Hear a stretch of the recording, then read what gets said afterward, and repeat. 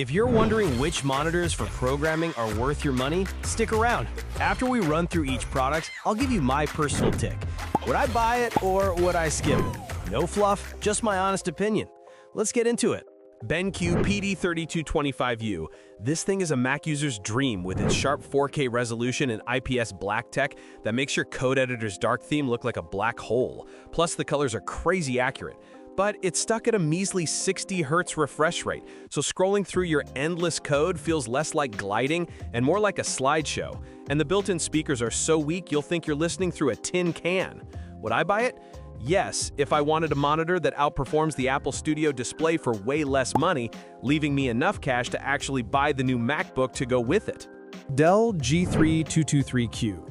I'm pretty sure this Dell is a gaming monitor having an identity crisis, giving you a slick 4K resolution and a buttery-smooth 144 Hz refresh rate that makes scrolling through code feel amazing. Text clarity is fantastic for long coding sessions, but it has no USB-C port, so welcome to Dongle City. Population U. And you can't even rotate it for vertical code, which is a straight-up crime for a programming monitor. Would I buy it? Maybe. If I wanted a monitor that's perfect for both debugging code and then raging at 12-year-olds in Fortnite after work. ASUS ProArt Display PA279CRV.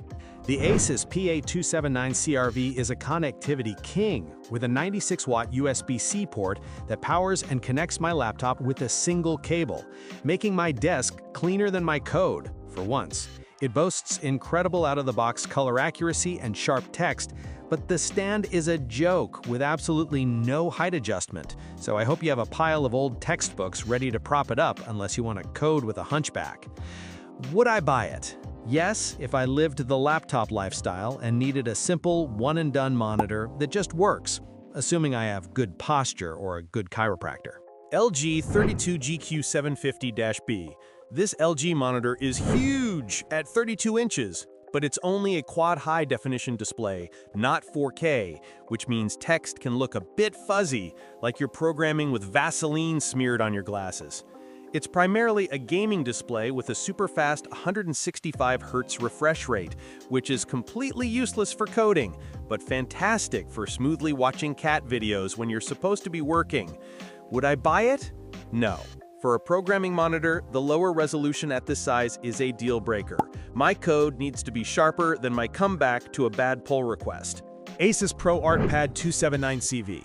This ProArt monitor is the older sibling in the lineup, featuring a gorgeous 4K panel with professional-grade color accuracy that will make your IDE's syntax highlighting look like a work of art. However, getting those perfect colors requires you to spend an eternity in the settings menu like some kind of digital wizard, and it costs a pretty penny for the privilege. Would I buy it? No.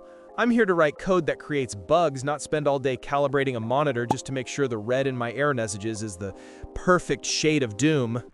LG 27G850A. This thing gives you that sweet 4K resolution for incredibly sharp text, and its nano IPS black panel actually tries to give you decent contrast, which is a nice change of pace from your usual washed-out IPS displays. But then it completely fumbles the bag with its pathetic HDR performance and a local dimming feature that makes blacks look more like a gloomy gray, so your perfect dark mode setup will look kinda sad. Would I buy it? Maybe, if I only cared about the sharp resolution for my code and could ignore the fact that its blacks are having an existential crisis. Samsung S80UA. I'm in love with the single USB-C cable that gives you display, data, and a whole 90 watts of power, meaning you can finally ditch that chunky laptop brick and ascend to single cable nirvana. However, it has no speakers, so I hope you enjoy coding in dead silence, and its mediocre contrast means your dark themes will look more like dark-ish themes. Would I buy it? Yes, that 90-watt USB-C connection is just too convenient for a clean programming setup to pass up. LG 27GR93U. The 4K resolution on this 27-inch screen makes text fantastically clear, and it's bright enough to use in a well-lit room without squinting at your screen like a confused mole. The problem is, the stand has no swivel, it handles reflections poorly, and the plastic chassis feels so cheap you'll wonder if they made it out of recycled yogurt cups. Would I buy it? No, it has wide viewing angles, but I can't get over the cheap feel and lack of basic adjustments when other monitors in this price range are trying harder. Cooler Master Tempest GP27U. This beast uses mini LED backlighting with 576 dimming zones, giving you a razor-sharp 4K image and a crazy high contrast ratio that makes your dark-themed IDE look properly black for once, not a sad charcoal color. The only catch is that in some specific dark scenes, you might see some light blooming around bright objects, so your cursor might occasionally look like a tiny ghost with a halo. Would I buy it? Yes, it's an awesome way to get near OLED muzzle blacks and insane brightness without the OLED price tag and burn-in anxiety.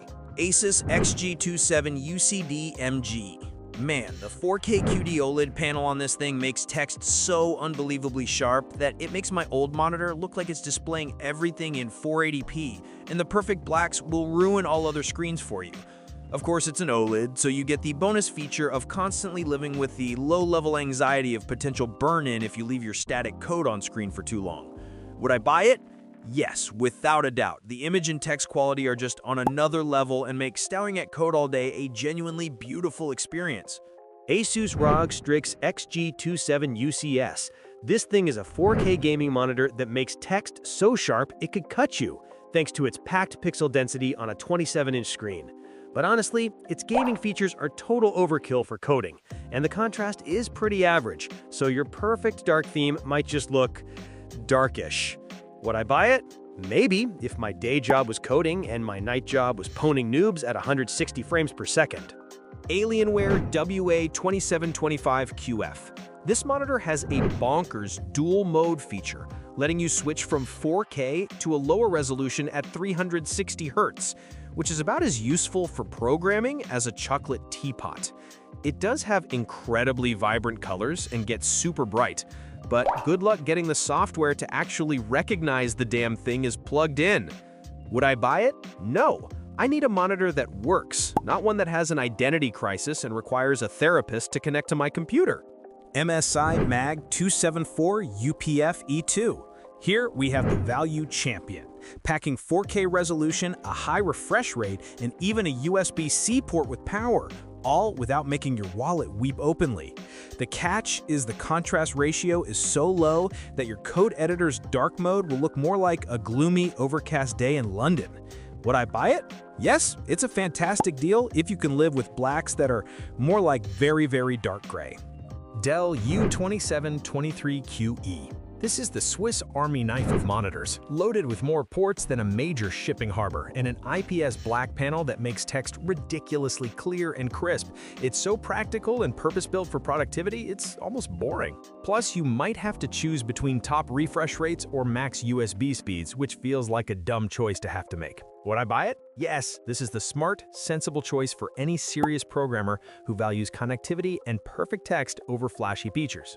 Dell U4025QW. This absolute unit of an ultra-wide monitor gives you so much space you could fit your entire application, its documentation, and probably a movie on one screen.